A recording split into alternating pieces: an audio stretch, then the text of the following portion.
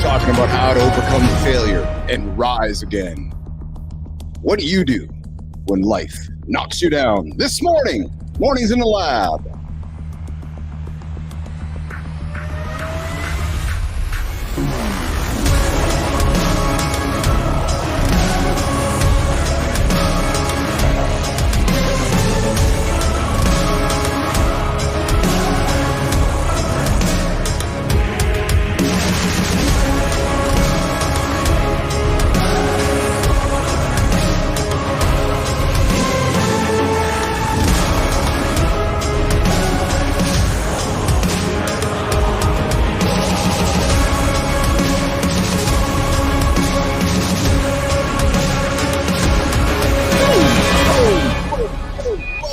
Good morning. Yep. Good morning. Somebody's in the mood this morning. Welcome to Mornings in the Lab, where we get real about growth, goals, and all the growth and not the grind. No, not the grind, but the privilege and the gratitude it takes to get you there. And on that way, you're going to experience some failure. And we're going to talk about it today. Hey, I'm your host. I'm Keith Bilous. And before we jump into it, this is an R-rated experience. Oh, yeah. Just saying. Yeah, just saying that if you have some children around, I'm just saying, if I didn't warn you, if you have some children around, put the headphones on or walk them out of the room. But most importantly, you might want to keep them in the room because today's topic is one that we all face. Yep, it's something we all face. Some of us face it daily. It's called failure. We're going to dive deep into how to rise from failure and turn those setbacks into comebacks. And I know Jon Andersen has a few things to say about that today on the show, and Marty and Kristina as well. Adam House Sr. joins us later in the deep dive. Plus, I have a topic in the morning loop that I know nobody's expecting because, gentlemen, you may be packing something you don't even know about. No, I don't even know if producer Jimmy knows what I'm going to talk about. I found it last night at the hockey game, hanging out with my family, and my dad and I found this topic, and I looked at him and looked at me and he said, "Oh, yeah, baby. That's going to be for the show today." Hey, but first, like the show. If you like the show, hit the like button, subscribe, and drop a comment. How do you handle failure? But before we move any further, let's see what the team is rocking today. Jimmy, let's bring him up on stage here. Let's pivot the camera. We got Marty in the green, less brunches, more crunches with the traditional red headset. Kristina's rocking black on black on black. And, of course, Johnny's rocking strong as fuck today with the black hat, black glasses. And, of course, I'm wearing black on black with the green camouflage hat. You actually can't see my head today because I'm camouflaged. So I'm headless Keith today. No funny joke today. How are you guys? What's going on today? What's going on in Business Athlete Nation? Marty, how are you, pal? I feel like you're in a mood today, Marty. What kind of mood? I don't know. Hold on. Just because he wasn't bouncing around like you before we got started. Come on, man. This means he was a little more selective with the caffeine today than you were. No, but that's what I mean. I feel like Marty's like going to jump in with. I feel Marty's like, yeah. Marty's ready. Oh, okay. I gotta say, Marty was ready. Hold on, man. Yeah. If I'm awake and I'm fit and I'm here, I'm always good, man. Come on, man.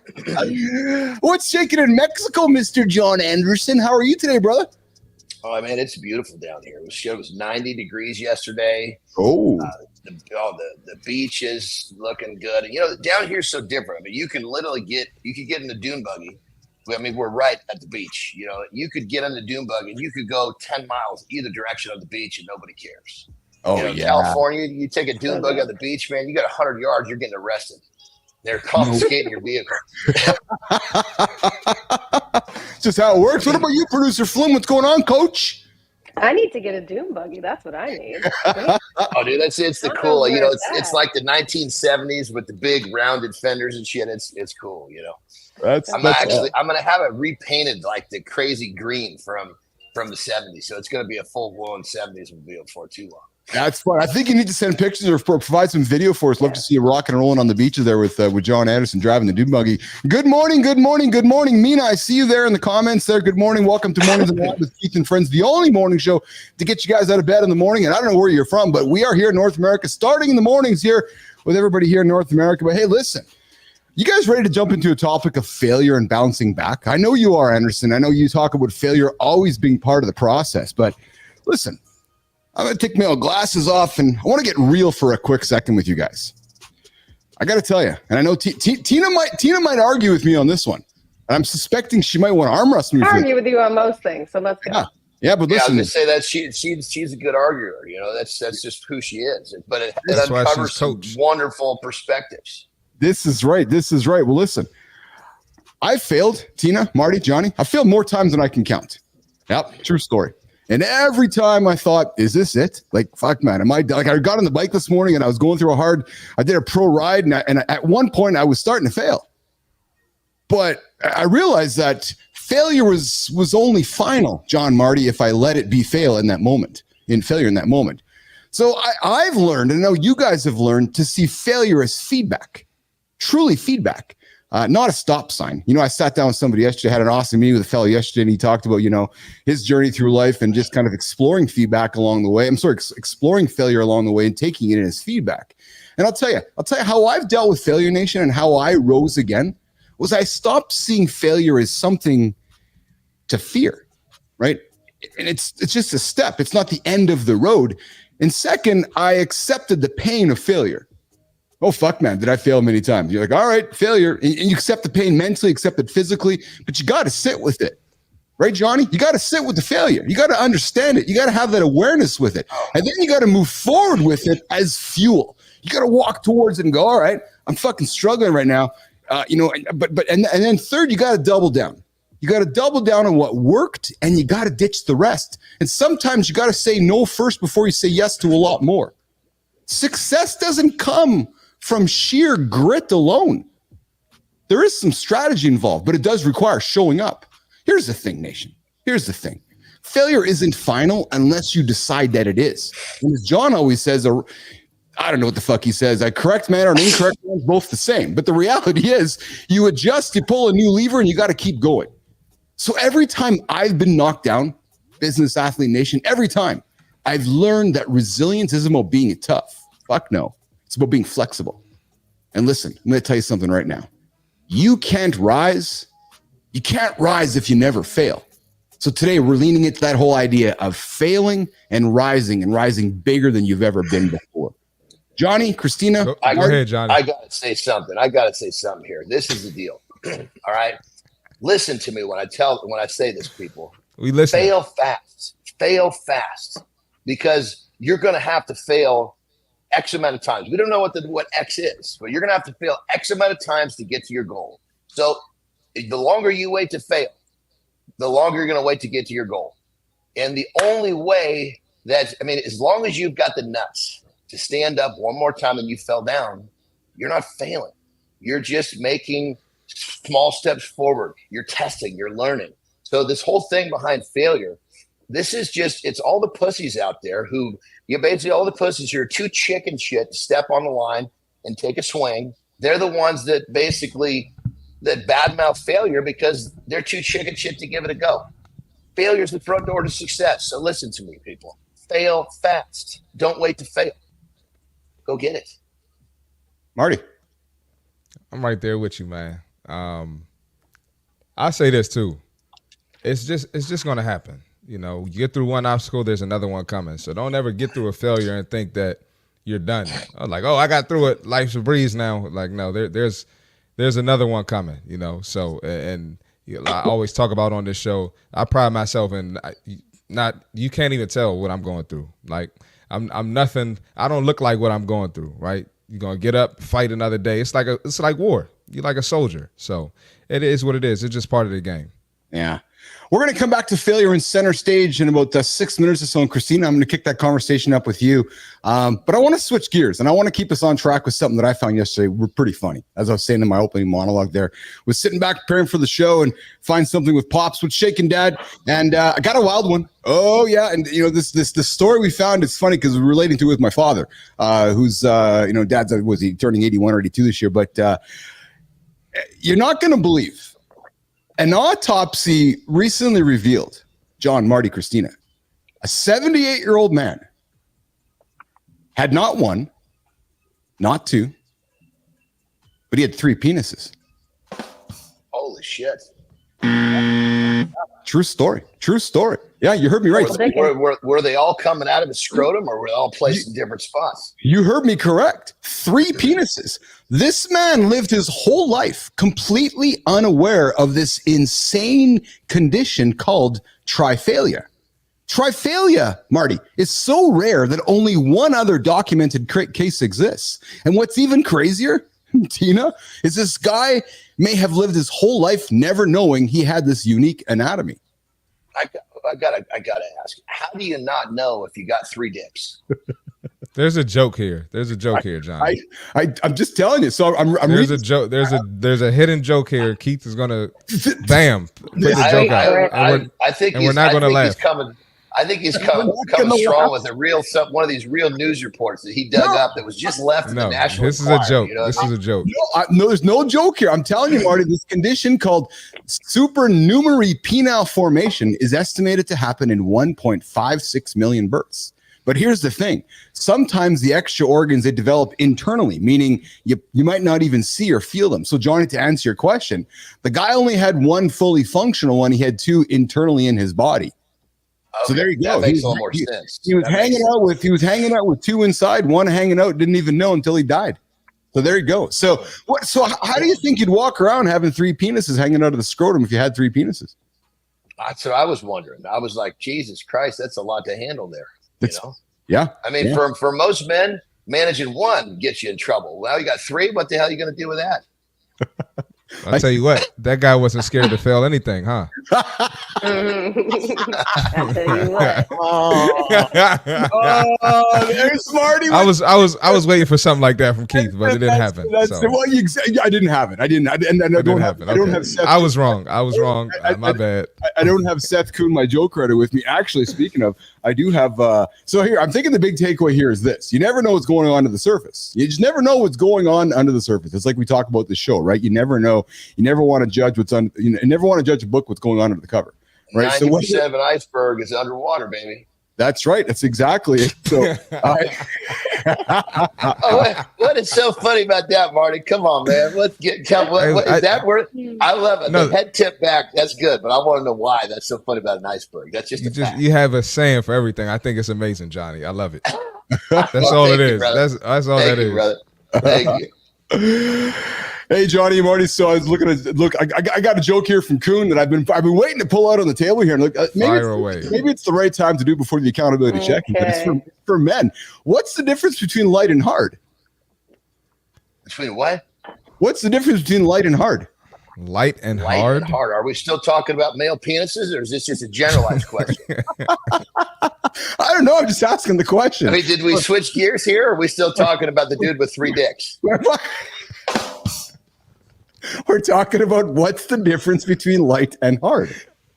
Totally. And I just want to know, did we change topics, or are we still talking about 3 dick dude? I think we're still talking about the same thing. We're talking about 3 dick dude. Okay, 3 dick dude, what's the difference between light and hard? That's a hell of a question.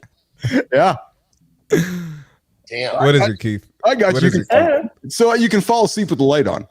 Oh, there you go. There's your joke, Marty. There you go. That's it. Jimmy, I don't know, man.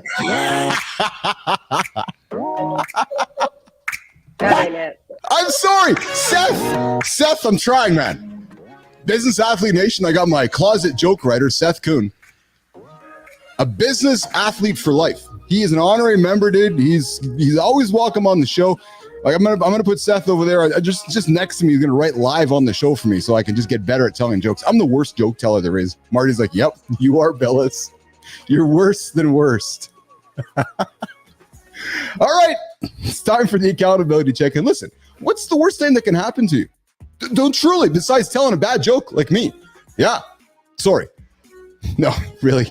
Think about it. What's the worst? What's the absolute worst that can happen to you? What's the worst outcome if you took that leap? Imagine accepting that outcome with grace and zero judgment. Just imagine. Whatever it is, just say to yourself, well, that happened and it's okay. Yeah, I failed. Yeah, true story. It may not sound like fun, but it works. Because I'm telling you, inevitably, as you go through life, you're going to fail. So you're either going to have to accept it or run away from it. In my experience, running towards it is much more efficient and effective. So diffuse your fear. It frees your mind. It helps you build that resilience we're going to talk about today. I invite you. I'll make a recommendation. You make the decision. Just stop letting fear dictate your actions. Failure? Yep. It's part of the journey. How do I know? Oh, baby, I've failed many times. I stand here because of it. So the quicker you accept it, the quicker you learn from it, the quicker you grow. That is today's accountability check-in. Mornings in the lab with Keith and friends. And we're coming back with the center stage segment. But I got to ask you guys, what's one thing you're going to stay accountable to this week, Nation? What is it? What is it? What is it? I invite you to tell us in the comments. Drop me a DM. Drop Marty, drop Kristina, drop Johnny a DM. Because listen, I know you tune into the show daily. Be active. Be proactive. Give us your accountability goals. All right. Now it's time for center stage. Me, C. Marty, Johnny, Kristina are going to dig into a conversation that I know many of you right now tuning in experience it, but perhaps many of you don't want to talk about it. And it's this idea of failure. Oh yeah. Will, I see you in the comments, brother, and you're right. You can't have success without failure. And failure sucks. There's no getting around it. But here's the thing. It's not about the failure itself. It's about how you respond to it. We kicked off. We had last segment, Johnny sharing his experiences, Marty sharing his experiences. I know Tina has had plenty of failure, and I don't say that in jest or lightly. But Tina sits here today as a business athlete because she's experienced that failure, and she gets up every single day walking towards it. You know, before the show started months ago, she's like, holy fuck, gotta do video every day? Yeah. And she shows up every single day walking towards that failure. So Tina, how do you deal with failure, and how have you dealt with failure? Inspire the audience listening right now. Share your stories, your experiences. What's your go-to strategy, Kristina Flynn, coach, for bouncing back when things don't go as planned? Kristina Flynn. So bouncing back is relative, right? And I think we talk about failure as though it's all the same thing. Big failure and small failure feel very different. Failure that impacts you as an individual versus your entire family versus financial situations. Like, there are different types of failure. So for me, obviously I've experienced both, but my biggest failures, like, for example, when I had to shut down my company and all of the fallout that comes with that, after having this really big dream, after making a lot of promises to a lot of people, investing, 3+ almost 4 years of my life into something, I had to eat it. Yeah. And I wasn't in a good way. Like, if you've ever had to shut down a company, I'm like, I always joke, like, fetal position, fully clothed in the shower. Like, you're just not okay. And I think what I learned from that situation was probably one of my darkest times was you can come back from it. It is going to be hard. You are going to feel like you fucked everything up, and you will do it again. But what you can take with you are the lessons you learn, and knowing and documenting those and saying, never fucking again. I will never do that again in that way. I will fail again, but I need to take these lessons with me because all of this hardship can't be for nothing. I got to jump in here, man. Here's the thing. And I don't blame anybody for feeling the way they do about failure because we've been taught wrong. Failure is beautiful. Failure is that thing that allows us to develop a skill set and become better human beings than we would have without it. And if we start twisting this around and we start looking, oh my God, I failed, I learned, I grew. And, obviously the story you just told about fetal position in the shower, brutal, Kristina, I hear you. But think about how much better you became because of that. That failure gave you a skill set that is going to bless the shit out of you later in life. If you didn't have that, whatever blessing is in the mail would not be coming your way. So people, and when I say people, I'm not talking at my co-host here. I'm talking about people in general. We've all been duped. Failure is not a bad thing. Failure is beautiful. Failure is what gets you what you want. So stop running from it and start running to it. Marty? No, I'm with you, Johnny. And I was going to say another thing about failure. I mentioned earlier how there's nothing you can do about it, right? It's going to happen.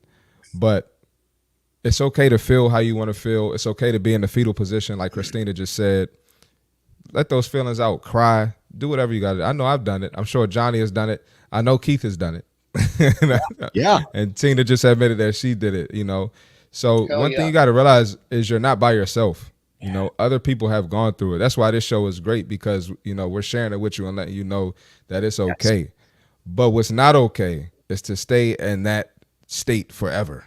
Right? Yes. And you can't use that to do detrimental things to you. You can't use that to skip the gym. You can't use that to get on alcohol. You can't use that to get on hookah and smoke weed and, do those things to your detriment. Right. So just remember, you got to keep moving forward and find a way to create some momentum. And it might be going back to the bottom. For myself, I had to go down and DoorDash to get my momentum before. And it is what it is. It's okay.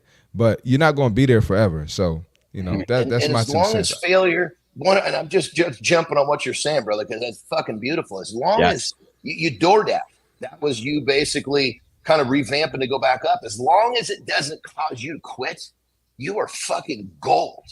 And I mean gold. You're going to get everything you want if failure doesn't cause you to quit, which means you just got to have the fucking guts to stand up one more time than you fell down. And that one time you stand up, and it's usually the hardest time. Yep. What the fuck? Where's all this beautiful shit coming from? Because you were the person that had the nuts to get up one more time than everybody else. So remember, it's just part of the process. It's a beautiful thing. Reframe this word in your mind. Marty, I want to converse with you. Sometimes I remind myself, and I talk with my team here, that musicians that play songs over and over and over and over again, they're like, oh my God, I played this song again. Aren't people tired of it? Like, no, somebody never heard this song because we're in a different city. And Marty, there's a story that I love that you've told me, and it just resonates for me. And I know that somebody listening right now or somebody in the journey of this content will hear this, and I think will be inspired. I love when you've told me right from day one. You've told me many times when you were on your journey, through athletics, and the doors started closing. You ended up at the gym, and people were calling you the loser. And I'll never forget that, man, because you're like, I'm not a fucking loser. Yeah. And that to you was like going through that path of failure. Mm-hmm. And that word, I just feel like it motivated you to tell the world that you weren't a loser. Share the story again with Nation, Marty, about your journey out there. When you fell, you failed, you picked yourself up. You're like, I'm not a fucking loser. I'm doing something about it. Man, I'll try to keep it brief, but I mean, it was crazy. So, when I got home after playing basketball my whole life, nationally ranked teams, multiple scholarships, I had to work. My mom was like, you got to get a job if you're going to be living here. Because I wanted to just train for basketball and go overseas. So got the job. And I'm telling you, like, the gym is like. Real life was kicking in, Marty. Mom's like, here's real life. Yeah. So I was like, all right, cool. So I tried to use my degree to get a job. Everybody told me no. I went on multiple interviews. The only job that would take me was the front desk at the gym. So, of course, it's like the most popular gym in the area. I got coaches coming in there, former teammates, some of them in the NBA. And this one of my now he wasn't my teammate, but somebody I played against, grew up with, he came in, NBA player, I don't want to say his name, came in to work out. I promise you, I ran to the back. I ran to the back because I was so fucking embarrassed. And I had to get myself together. I was like, listen, man, this is where you are, man. So just go out there, let him see you. It's going to suck, but he ain't going to be here all day. And you'll forget about it by the end of the day. So I had to deal with shit like that a lot. I mean, I got plenty of stories. Like I said, I could do a whole episode on it. But just like Johnny says, pull your pants down or sit in your shit, whatever you want to call it. You just got to realize this is where you are. Embrace it and do what the fuck you got to do to get out of it. Kristina, Johnny, can you see why when I met Marty, why I invited him to hang out with me on the show and why I wanted to why I wanted to build with him? Because you hear that and you're like, holy fuck, man. And you see the work ethic this guy has. So guess what I'm trying to share with you, Nation, is that you all can do it, right? And it's going to be tough. And Marty's like, yeah, you're going to have failure. It's going to happen, right? So Marty, thanks for sharing that story. And I get inspired every time I hear it. Because I can only imagine how you were feeling through that experience. And you're like, nah, man, I got to do something about it. And Johnny, it's like that burn the boats analogy, right? Marty's like, I got to burn the boats. Yeah. Yep. I was gonna say, man, I got plenty of them. If we do another failure episode, just ask me. I got plenty of those. Well, and Marty, real quick, why don't you explain to everybody? So you basically talked about, okay, look, this is gonna suck, but I'm gonna do it anyway. And that little experience of you facing the music, it changed something in you to take bigger steps forward. You know, explain how if had that not happened, you may not have taken the next steps that you did. So thank God that NBA player walked in there and gave you that feeling. Yeah. Yeah, that was one of the best things that ever could happen to me, man, because I knew I never want to feel like this again. So what do I need to do to never feel like this again? I'll never feel like that ever. That was bad. You know what? I want to acknowledge somebody, and this is public, so I'm not doing nothing out of turn here. But we got one of our awesome, pseudo colleagues of the show, Seth, who last week we talked about a post that was put out there by LinkedIn celebrating something he didn't like to have celebrated. Yep. Maybe Marty, that was the best thing to happen to Seth. I don't know. Maybe in 12 months from now or 8 months from now, he's like, fuck, that post is coming back. That anniversary post is coming back again from LinkedIn. And he's like, fuck, I don't want to have that one coming up again. So, I don't know. Just thinking aloud here, right, Tina? Change isn't logic, right? Like we need a feeling. We need that motivation that we're all talking about. That's a feeling internally caused by a number of different things, brain-body connection, our nervous system. But without those feelings, you're not moving. So sometimes you need to go beyond the logic, because there's a lot of times in failure, logic doesn't apply. Like when logic doesn't work with failure, it was like I'm looking at it and I'm like, I don't know what the fuck this feeling is. And I remember my psychiatrist being like, I think you're feeling betrayal. Like from what happened with the team around you, that's an entirely different feeling. And I was like, okay, so what the fuck do I do with this? But the nice part is I can't apply logic to what happened. It doesn't matter though. What I need to take into and tap into is the feeling that I was having that was forcing me to say, never again. Never again am I going to be in this situation.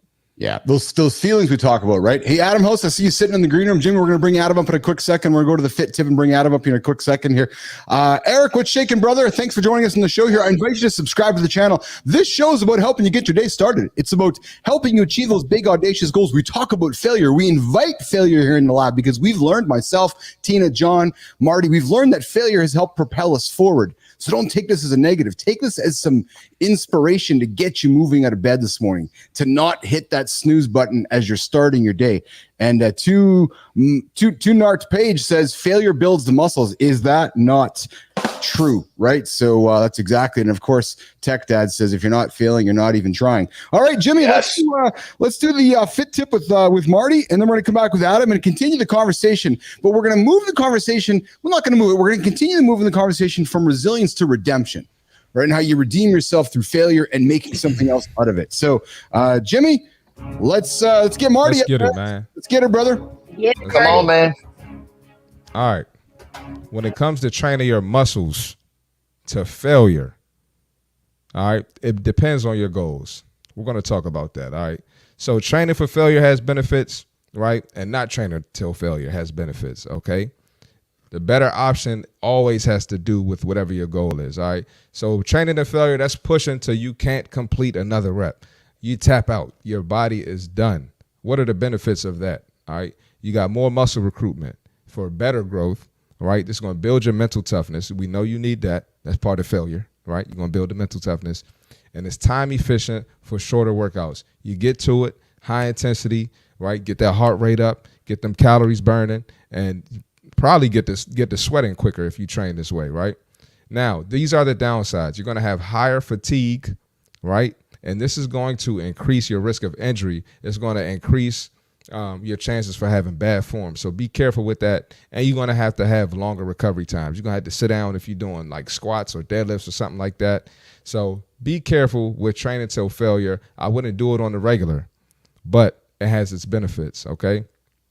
Now, if you're a beginner, you want to stop maybe a few reps short of failure, right? So me and John, we talk about going to 30 reps or 50 reps, maybe do 25 reps or 45 reps, right? Just giving you some practical advice.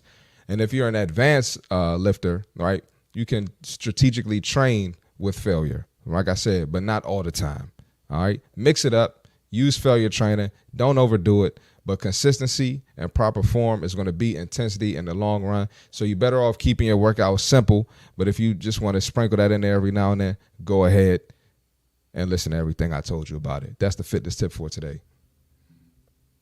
Marty told you about every single day on the fitness tip at 8:30 Eastern time. Now we're going to dive into the deep dive where we drop it everything is at 8:30 Eastern time. And we're doing that. What we are doing today is we're taking a topic from this week's Brick of the Week through Adam House, and we're talking about redemption. Previously, in previous conversations with Adam, we talked about resilience, pushing through tough times. But today we're going to lean into this idea of redemption, turning setbacks into meaningful opportunities. Joining us today, Adam House, the CEO of House of Bricks Advisory. What's shaking, Adam? How's it going, man? We missed you last week, I think it was. How's it going, pal? Last week was amazing. I was in New York City for a VIP dinner, so apologize missing last week. It's my favorite show. Love what you guys are doing. I even get on early to hear what you guys are talking about because you guys are making an impact, man. There is a lost generation, I'll call it, of guys in their 40s and 50s, right, that have grinded, they've made it, they've earned money, they have a family, but they're empty on the inside. Yeah. And we all talk about enjoying the journey and the process and all this resilience. And I was thinking about it on Sunday, like, why am I even doing this? Is it just to beat the crap out of myself every day? There has to be another level that we can take our lives to. Why are we grinding every day? So resilience is the ability to push through, but the redemption is actually the prize of why you're doing it. So we talk about failing, you're talking about in the gym. Well, why are you doing that, right? It's to reach that next level. So people that are grinding every day, you're pushing yourself, like, do you have a goal in mind? Do you have a prize? What are you trying to redeem? Yes. So Adam, let's get to it then straight. How have you yourself, I know you've had your journey, you've had an exceptional journey through life, through business successes, business failures, sports successes, sports failures. How, Adam House, have you used redemption yourself to not just survive, but to thrive? And how do you tell the story to your young boys? We talk about it all the time, which is, it's really the power of relationships. Mm-hmm. And if you have a mentor, right, they can help you get through to where you want to go. If you have peers that you're climbing the mountain with, and the biggest form of redemption is mentoring other people, right? Because when you give to them, you're going to receive 10 times back. And that's really what it's all about. Your legacy is something that you live. It's not something that you leave behind. Yes. So let's get into the science of it. Adam, research shows that the brain rewires itself after challenges. It's called neuroplasticity. So from your experience and from your understanding, how does this idea of growth after failure apply in your business experience? For business experience, I think where you're going with rewiring the brain. So every morning you have the opportunity. That's why it's important you guys are doing the show. It's not at 2:00 in the afternoon. It's not at 8:00 at night. Every morning I renew my mind. Do it now. Why am I doing this? What is my purpose? And that takes me past resilience and into redemption. Yes. Yeah. Johnny, when you hear some of this, when you hear about redemption, what do you think about, John, when you hear Adam speaking about this? I mean, Adam's always right on par for sure. And what I do is just kind of, when I think of my journey, I think of I have many different checkpoints along the way, and I'm going to have plenty of failures to get to each checkpoint. And I love what Adam's saying about it, because I'm a believer. I do the same thing. When I wake up in the morning, the first bit of time is to get me and my mind in the proper space, to take that, that brain that wants to look around and find problems, and even find problems that don't exist, and shut that part of my brain down and open up the part of my brain that sees an opportunity in a problem. Because we can look at our lives and we can see problems or we can see opportunities. The question is, what are we choosing to see, or what have we trained our brain to see? And when you do this every day, back to the neuroplasticity, your brain, you're rewriting a program over the top of the old one. The old one is designed to find problems. So you rewrite the new program, neuroplasticity, your brain doesn't see problems, it sees opportunities. And now you're looking at life through a whole different set of goggles. And when people get to this point, I mean, life changes, and it's an amazing change. Adam, you were listening to the story of Marty. I think you were in the green room hearing Marty tell a story about going from loser to becoming a success, or to always being successful, but going through feeling of being a loser. Yeah. Marty, when you, and I'm sorry, but I like reflecting on it because it's so powerful to me. In many ways, was that you looking in your mirror and being competitive, saying, I'm going to fucking redeem myself? And I'm going to, it's this idea of redemption where you had to be resilient. You know, Adam talks about resilience. And I want to bring this up because there's people listening right now that need inspiration. They're starting their day and they're feeling like they're fucking stuck. They're going, I feel like a loser myself, or I'm failing right now. And is it turning it on its head, Marty, and making it competitive where you're like, fuck it, I'm going to redeem myself and show you? Is that what it's about, Marty? Yeah, you got to have a competitive spirit if you want to be successful. Right. And it's unfortunate because, you know, I come from the sports background. A lot of people don't play sports. So they never had to tap into being like super competitive. Yes. But, you know, what I will say is when it comes to redemption or resiliency, it's OK to have that dark side. And, you know, I'm a Batman fan. Yes. You know, so I'm Bruce Wayne when I'm, you know, when shit is all good, I'm Bruce Wayne. But then I turn into Batman when I need to. Yes. And you gotta have that about you. And that's the one time it's okay to be a little bit toxic. Not toxic in the sense probably most people are thinking, but you know, people not aligned with your goals. Okay, fuck you. I'm not with that. You know, it's okay. So that's the one thing I think you need to develop, and that's what helped me. I look in the mirror and I could, like I said, I always could tell myself I'm the president of the United States. So if I could tell myself I'm the baddest out here, that's what I'm going to do. Adam, you strike me as the same way when you were going through your career that, you know, and I don't know about proving yourself to others, but it's because I know I've had to through my failure in my journey. There has been this, I'm fucking redeeming myself. I'm going to show those people. You know what I'm saying, Adam? So, well, it's not just about the future prize. Okay. So there are everyone listening to this, including myself talking. Yes. We've all screwed up in life. Oh yeah. Are you going to waste those failures? That's what the redemption really is. Yeah. Or are you going to take those failures and use them for you? So it's a you know, house of bricks pitch right here. You can either carry the bricks with you and they weigh you down. All those mistakes. I mean, I'm looking at myself right now on this camera. I know I've made a million mistakes. If I got everything I wanted in life, I wouldn't even be happy, right? So it's about knowing when one door closes, there's a better door down the road that is going to open that never would have opened if you would have walked through the other one. So that is what redemption is. It's not just about the future of the resilience, but it's taking your past, all the guilt, all the shame, all the mistakes, all the failures, and using that for you, embracing to it, build the house and business of your dreams. Johnny, question for you, brother. Let's keep this going. There's people right now waking up and they're struggling to get started. Let's keep the momentum going. Johnny, how does somebody know it's time to get started again? They fell off the bike yesterday. They're thinking about it. They want to get back on it tomorrow. You're going to say get going right now, but for everybody, it's not that easy. So, Johnny, when is it time to move from resilience to redemption? Let's go. Give somebody that energy right now that's struggling. Yeah, I mean, right now. What it comes down to is there's never a perfect time. There's never a perfect place. That is right here, right fucking now. Yes. You know, when you get bucked off the horse, you dust yourself off and you go walk over to back that son of a bitch and you get back on him. Maybe bedtime in 5 minutes. Who gives a shit? Get on that motherfucker because you've already established getting back on the horse. The last thing you want to do is go to bed. Oh, I'll do it in the morning. That thought process will kill you because all of a sudden you're going to be, you're going to be fucking 50 years old. You're going to roll over in bed and go, what the fuck happened in my life? Well, remember, you were going to do it in the morning. And that one little thought process will kill. I mean, but it shouldn't kill you. It's going to kill your forward momentum.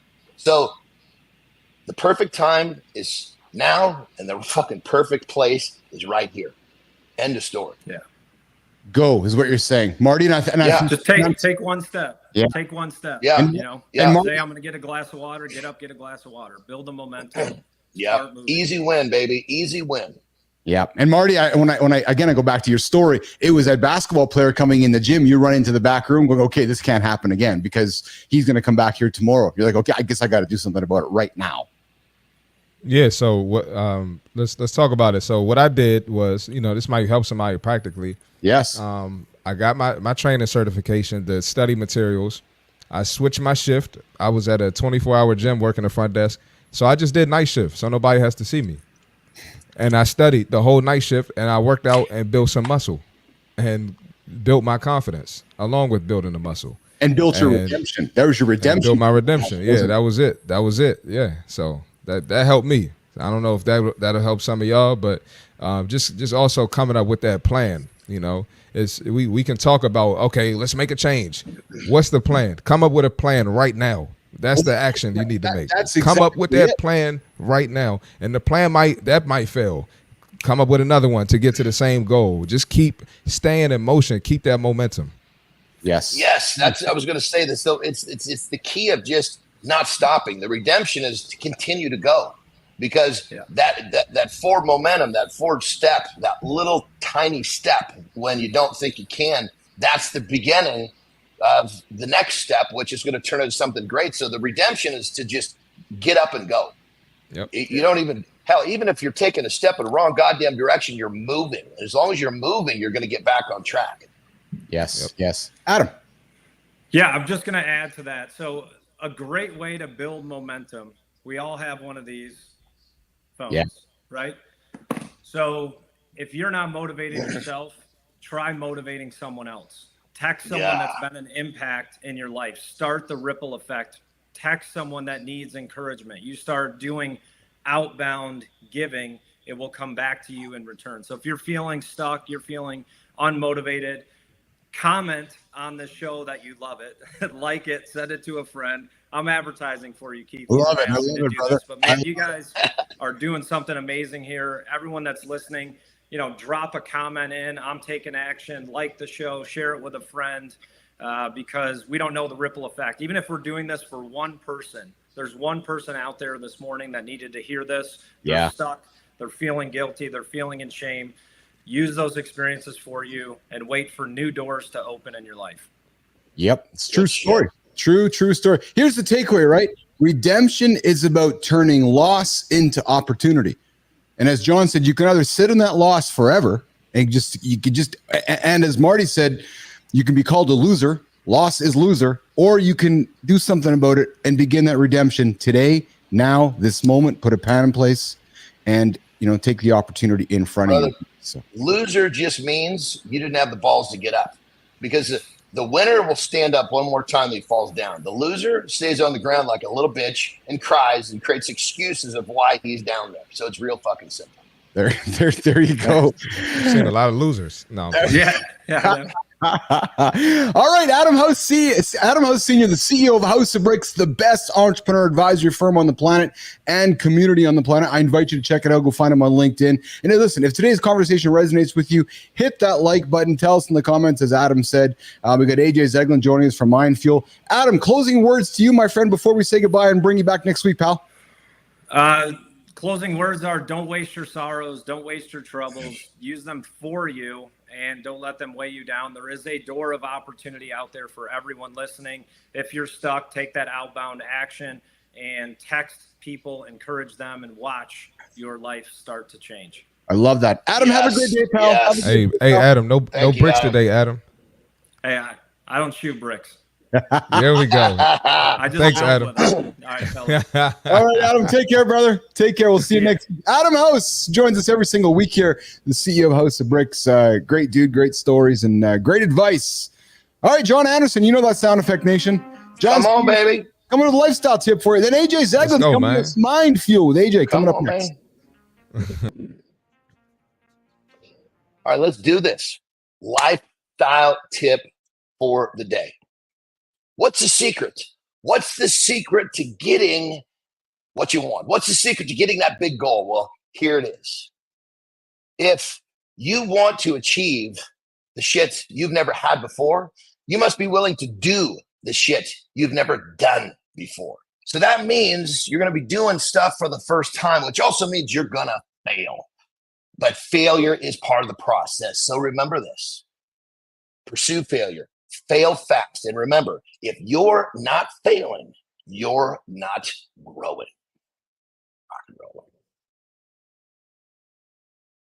Listen daily, 8:45 Eastern time.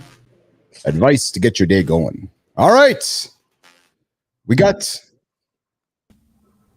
this guy joining us. I just hit the button here. We're going to see what this sounds like. It might be entertaining. It might be inspiring. It might be boring. I don't know. But the reality is it just might get us going. Is the sound louder and louder and louder?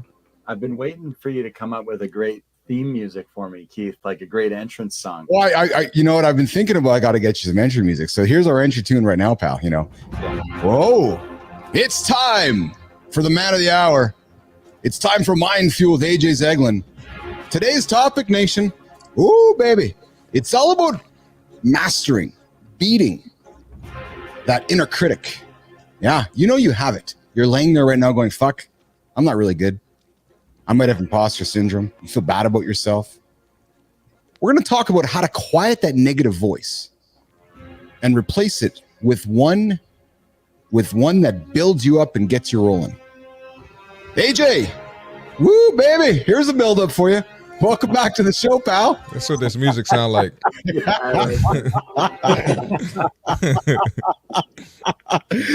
What's going on, brother? Good to have you here, pal. Great to be here again. It's always love seeing you guys. Awesome. So AJ, we all have that voice in our head. We all do. You know, we started this show to help guys get out of the bed in the morning and get the voice out of the head. You know, AJ, the one that voice that tells us that we're not good enough, or that we're not going to achieve something, or that we're going to fail. Right. We're on our path to fail. I'm about to go to the gym and I know I'm not going to hit that squat. I'm about to go to the gym today. I'm about to go into a business meeting and I know I'm going to fail in my presentation. I'm sitting in my truck right now. I'm scared to go into my sales meeting. Right. AJ, the key to mastering your inner critic is awareness. Let's dig into that, my friend. Yeah, well, I would say, you know, first to start is, like most things in life, it's about balance, right? So, you know, like Jon was just sharing with his lifestyle tip there.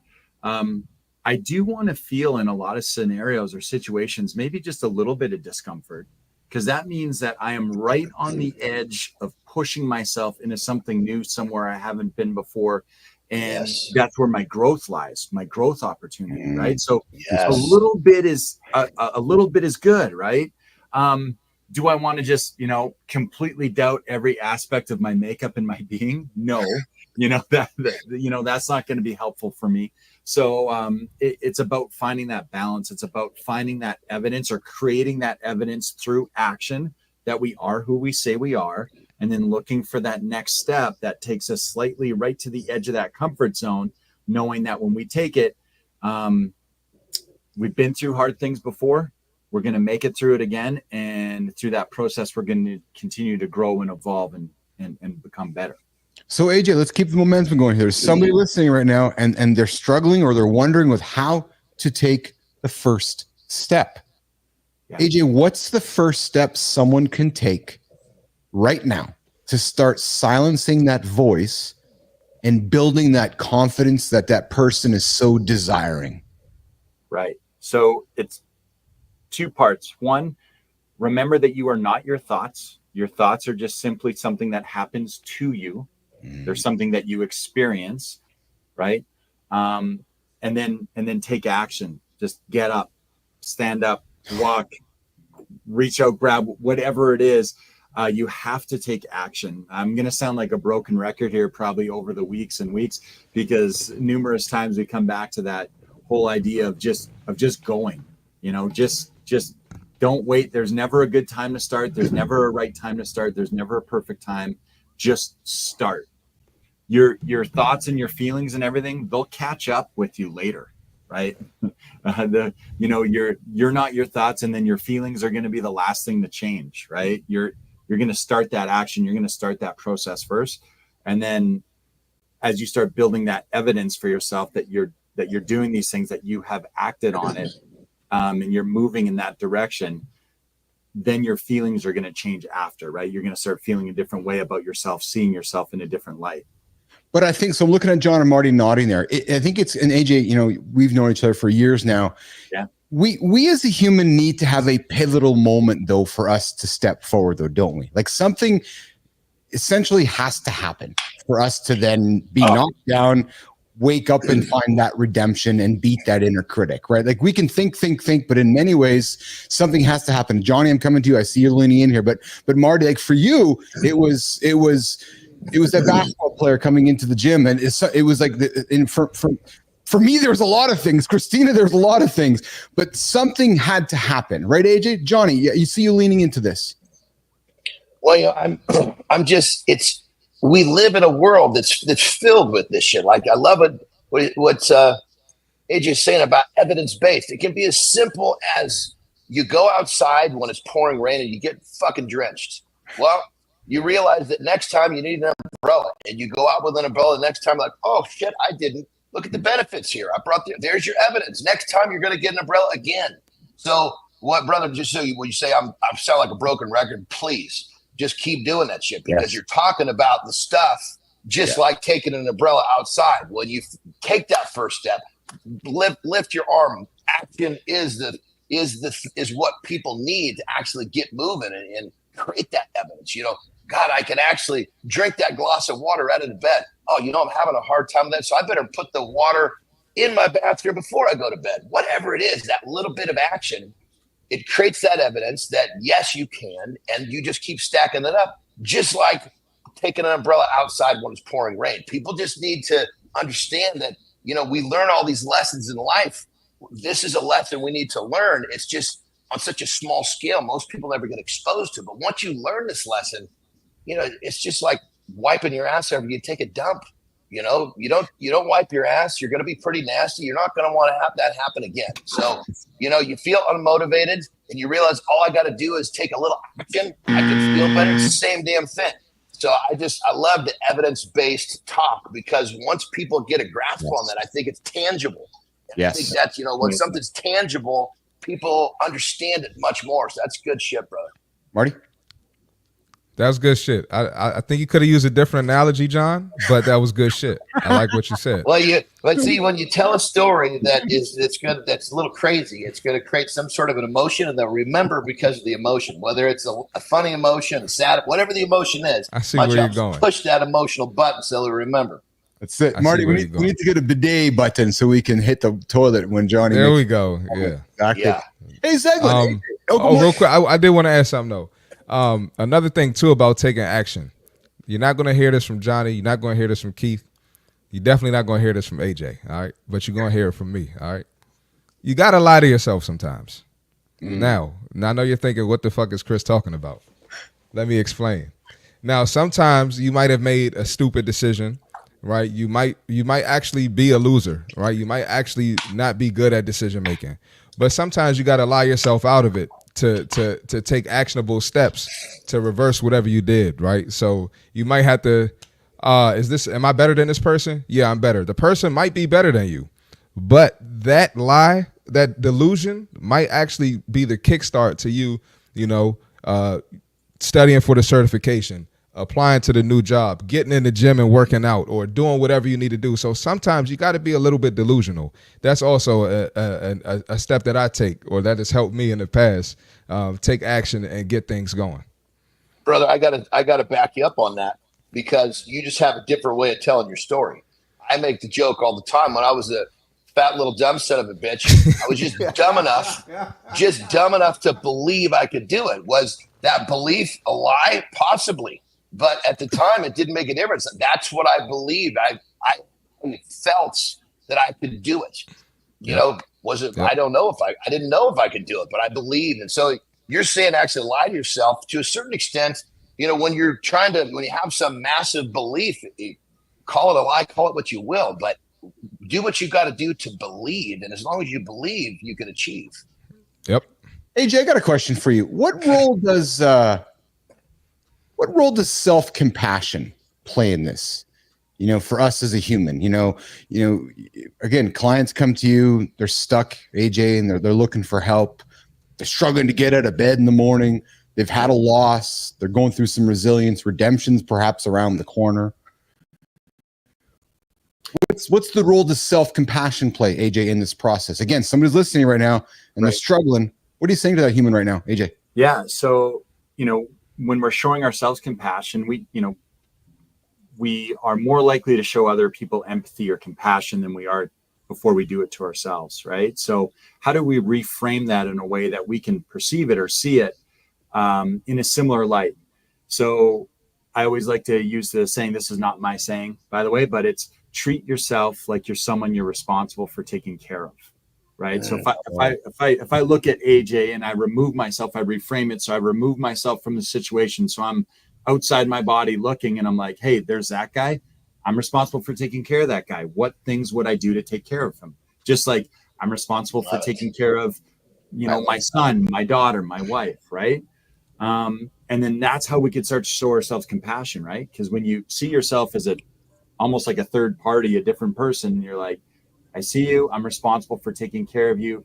These are the things that I have to do that. And that kind of perception can help us take action. That is so good. I mean, I tell my clients, I said, look, there's you. I'm talking to you. You're talking to me. That's in your head. Then there's your body. Your body is your pet. What's your dog's name? Well, you're going to call your body your dog's name because you take better care of your dog than you do your body. So as soon as they start looking at their body as a pet, everything fucking changes. I said, listen, you make your pet go all day without eating. He's hungry. You'd starve him? No, I'd never do that. I said, perfect. Then stop doing it yourself. Right. Yeah. Yeah. Hey, listen, nation, if today's Mind Fuel resonated with you, I invite you to drop a comment below. Tell us how you plan to start mastering your inner critic. And listen to me. I don't want you to feel alone in this. We do this morning show Monday to Friday, 8 o'clock Eastern time. Our comments are open. If you're stuck and you're looking to get started, start right now. And come back and visit us in the morning. Drop a comment in the feed and say, hey, Keith. Hey, Marty. Hey, John. I went for a walk yesterday. Good time. Started going for a walk 6 or 7 weeks ago and still does it every single day. So think of us as that free accountability partner that helps you beat that inner critic, that helps you, invite self-compassion into your life. And listen, if you're looking to speak to somebody or hear from somebody who does this for a living, AJ joins us Tuesdays and Thursdays, but he's available all the time. So if you got questions for AJ, go meet with him over on LinkedIn, Instagram, come knock on our door in the lab. AJ's got insights and advice to help you guys get going, beat that inner critic, find some self-compassion, and get your ass rolling. AJ, brother, thanks for joining us, man. Yeah, as always, thanks for having me. I'll add one quick little thing in too is I love these conversations because it also helps when we talk about it, we realize that we're not the only ones that feel that way. Yes. So we could be very harsh on ourselves and have that imposter syndrome. They've done social studies and research on this. They've taken a room full of Harvard grads from their business school and put them all in a room together and asked them, I'm really shortening the study here, and basically asked them like, who thinks they deserve to be in this room? And it was a kind of intro to business thing. And like over 80% of them felt that they didn't deserve to be there. They just graduated out of top tier business program in college, and almost no one thought they deserved to be there. Right. So it's a common thing that we all feel and that we all work through. And so you're not alone in it. Right. If you're feeling it, if you're doubting yourself, cool. We all are. Right. So just take action and just keep working, build that evidence that you're able to get through those challenges, and you just become more resilient. And you're able to do it more and more frequently with a higher level of confidence in the future. Yes. AJ, we got a good conversation coming up for Reloaded. If you want to hang around, we're talking about the psychology of being right or wrong. I got a big dialogue coming up. If you can hang around, if you want to stick around for that. You know what? I do love the offer. I'm a busy guy in the gym today, though. Again, as I'm sure you guys can appreciate being in the gym. So go handle your business, man. I got to dip out. Go get it, baby. Go get it. For those of you that don't know, not only does AJ take care of humans' minds, AJ also trains athletes and other human beings here in Winnipeg, Manitoba, at an exceptional facility called Focus Fitness. So AJ, thanks for joining us, brother. We will see you. We'll see you on Tuesday next week, but let's chat later today, okay, pal? I love it. Thank you, guys. All right. Thanks, AJ. Thank you, brother. All right. Oh, Jimmy, Marty, Johnny, listen. Twitch. Give it a twitch, baby. When Let's I go, post, coach. when I post produce this show, I love it, man, because it just gets me jacked with the music and everything. Coach Flynn, the personal brand bite coming up, and then after that, Morning Loop Reloaded, second hour of the show coming up. Good time to see you. Go. Week 8. Get at it, Coach. Let's fucking go. Okay, so a client recently asked me, why do you focus so much on personal stories? And my answer was, because I really fucked up. And I don't want you to do the same. So here's the TLDR. I found Web3 and NFTs in 2021. I went all in, thank you, ADHD. And I built a brand around that particular space. And it worked. How wonderful is that? I gained followers, 1K, 5K, 10K, 16K followers, even built a digital agency for 2.5 years. It felt like I had finally figured it all out. And then, I swear to you, it was like overnight, everything went away. The market crashed. Fucking Elon Musk buys Twitter. The algorithm changes, client budgets dry up, and my followers start disappearing. The numbers were still there, but there wasn't any engagement. People weren't around. Everything that I had built was gone, just like that. You can't make that up. Here's the hard truth, though. I built my brand around a market, a platform, and an industry that I didn't control. It had nothing to do with me. Had I built my brand around my personal story, my differentiators, my unique skills and expertise, I could have pivoted, I could have evolved, and people would have come with me because they would have been connected to me and my story, not necessarily what I was talking about. So now I'm telling you, build a brand that represents you, that feels authentic to you, and one that can grow and evolve and sustain itself over time so you can benefit from the compounding of that brand within the market. Because if you don't, you'll make the same mistakes that I did. Failure happens. What matters is how you rise again and how it starts with building something that's really true to you. I have entered my no fucks era, and I promise you, if you put today's brand bite into play, you'll be one step closer to doing the same. You got this. Yes, sirree! The personal brand bite with Kristina Flynn, 8:58 Eastern Time. Brand advice for you. Yeah, every day. For you. Forgot my words, Tina. For you. For you. Hey, welcome back to Morning to the Lab. Keith and friends, the Morning Loop Reloaded. This hour, nation. We got the Morning Loop Reloaded. We got In the Gym coming up with Jon and Marty. Hey, you want to train yourself or not? If you want to train yourself, these guys are going to give you some advice. But after the advice, you're thinking, fuck, I don't want to do it myself. I'm going to hire these guys. So I purposely told them to make it complicated. So the segment of In the Gym is going to be complicated, so you guys can't do it yourself. Oh, yeah, true story. So you're going to have to nothing with me is complicated. Come on. And then, of course, as you know, I like to make things really simple. That's it. And of course, coming up at the bottom of the hour, we have Creator Spotlight in the Community Corner, and then, of course, Business and Branding segment at the 45-minute mark for the second hour of the 2-hour show.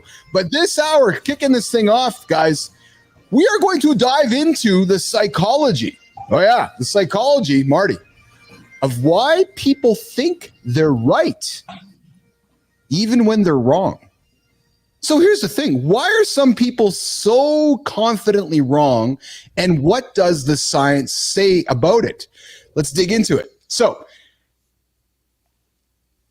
a study asked 1,300 people to read a story, Kristina, about a school running out of water and offered them different solutions. Some read only one side of the argument, while others saw both sides. The group that saw one side of the argument was much more likely to be confident in their opinion, even though they were missing the whole picture.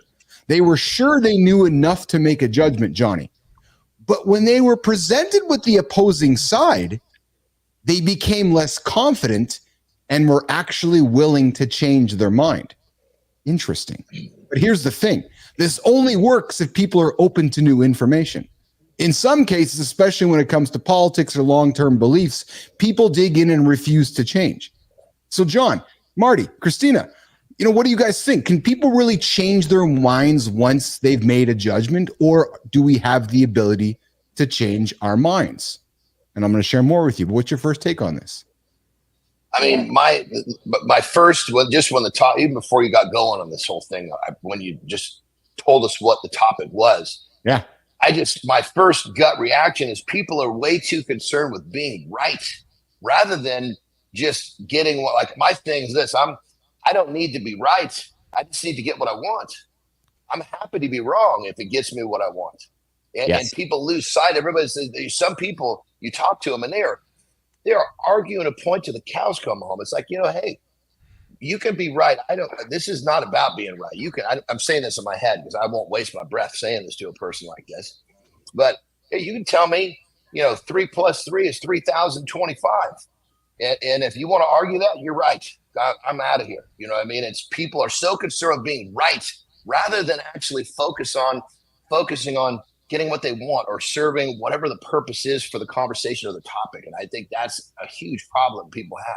So Marty, how do you handle situations where people are so dead set on their opinion, but yourself that they don't have all of the facts, that they are absolutely unequivocally wrong? Before that, I got something to say. I was going to answer that, but real quickly, drop the freaking ego. And I think that's a problem, man. Yeah. It's just the ego, man. Why? Oh, my goodness. And then I don't understand how people can't look at another side and they got through school. Like, how did you write an essay in school? How did you use critical thinking skills? Because you don't display it in real life. Maybe it's different in school, but I'm just like the critical thinking skills are lacking. Prime example, this is to answer your question, Keith. The other day I'm in the gym, older guy, skinny guy comes up to me, asks me how I built muscle. I had the guns out like I'm Jon Andersen. Right? So I'm telling him, I'm like, I'd say first two things, you got to lift heavier because I see what you lifting, and you got to eat more. Oh, I eat a lot. Clearly not. Clearly not enough. Clearly what you're doing is not working. And you see me in here, I'm in here looking like the Black Bruce Wayne or the Black Clark Kent, and you asking me for advice, and what you're doing is not working. So I let them just suffer. I let them suffer all by themselves. I got nothing. I can't help you. I tried to give him some tips. He didn't want to listen. Well, I'm gonna just let you. I'm gonna just let you keep doing your thing, and maybe you'll come around one day, because that's the only way they're gonna learn. So Kristina, I know you're a woman of science. I know you're a woman. You're curious yourself. What's the antidote to this, Kristina Flynn? What's the antidote to this? It's strong opinions loosely held, right? Like, you can have a strong opinion by all means, but know that you are one piece of factual information away from changing that opinion and being wrong. And being wrong is totally fucking fine, because most people that hang on to those realities, they're hanging not onto reality because our brains are not actually experiencing reality. They're experiencing our perception of reality, which is biased by our lived experiences, our other biases. So our perception of reality isn't real in the first place. And then they're doubling down because of what Marty's saying. There's ego. There's like fear of failure. I don't want to be wrong. My opinion is I have a lot of strong opinions, as you know, but they are very loosely held. If somebody else comes in here with something more compelling, I want to listen. Yes. I want to understand. And I want to say, you know what? Thank you for telling me that, because I don't want to be walking around with shitty fucking information if it's not actually based in anything. Yes. I mean, it's so on the money, because an opinion is basically, your opinion should be based on what knowledge you have at that moment. And as soon as that knowledge is, say, updated or improved, your opinion should pivot. And I think that's the problem. People, they ignore whatever it is that's coming in that should change their opinion. So they already stated their opinion. Well, I got to be right, so I'm going to keep that. And it's such a limiting, such a limiting thought process. This is good, Johnny, because you and I are the old dogs here on the bench. And here's the question then. I know my answer, but I'm going to ask you. Can an old dog learn new tricks? I guess it comes down to, does that old dog want to find a better world for himself? Because if the old dog he wants to stay in his little kennel, then he needs to just say, I'm an old dog. I can't learn new tricks and enjoy where he lives. But if that old dog wants to find brighter, bigger, better place, a better existence, happier thought. Growth is what makes a human being happy. When you improve a little bit every day, you feel satisfied. And by saying I'm an old dog, I don't learn new tricks, you're basically saying I'm done growing, which means you're going to be fucking miserable. Well, and I bring it up, Johnny, because as I'm talking to our audience, we know a lot of our audience is at 25 to 44 audience right now. Men, I was there before too, and so was Johnny.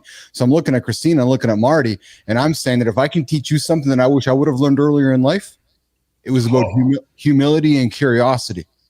Because you know what? Fuck, man, I love learning new shit every single day. You know what I love, Johnny? Again, I'm looking at you, but we're the same age. I love being corrected these days. I love being told I'm wrong. You know why? Because that means I'm learning something, right? Yes. So again, we're going back to failure. When somebody says, no, Keith, you're wrong. I'm like, oh, fuck, really? Tell me then so I can learn something. Yeah. Right. Upgrade me. Right. So update me. Exactly.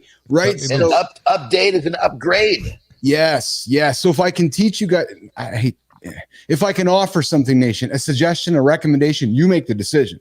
But as you go about your day today, we're really leaning into failure today and redemption. Embrace humility. Embrace curiosity, because according to psychologists, the antidote to all this, and Kristina teased it a little bit, it's about being curious and humble and not losing sight of that, right? Because when you don't, when Marty was told he was a loser in the gym, if he wasn't curious and humble, he just would have fucking kept being a loser. True story, right, Marty? You're like, that's exactly it. Tina. I love that. I love that analogy too, right? Like, it's update the software. We all have software in our brain that is running right now. And if you were to get the brand new fucking iPhone 16 and you never got any upgrades or updates to your phone, what happened? We all know those fucking friends. That my wife is that person. I'm like, could you do the update? Could you just get? And then she's looking at my phone being like, what's that shit? Why do you have those features? I don't have those features. Because she won't update her phone. We need the updates. And just like within ourselves, the updates are going to happen externally to us. You can stay stuck in the 16 model and everyone else got the new features, or you can decide to actually upgrade your phone, update your phone, and get new information, get new features, and produce more, be more productive, have better performance. Yes. Yeah. On that level, I got to say, especially as I get older, and I'm really, I guess just to put, as I get older, we get wiser. It's crazy. And as I look around, I see people, you're doing well. And first off, I'm happy for him. And the first thing I think is, you know what? He knows some shit that I don't. And I want to find a way to get that information. Yes. When you're constantly seeking, it's all the rules change. Yep.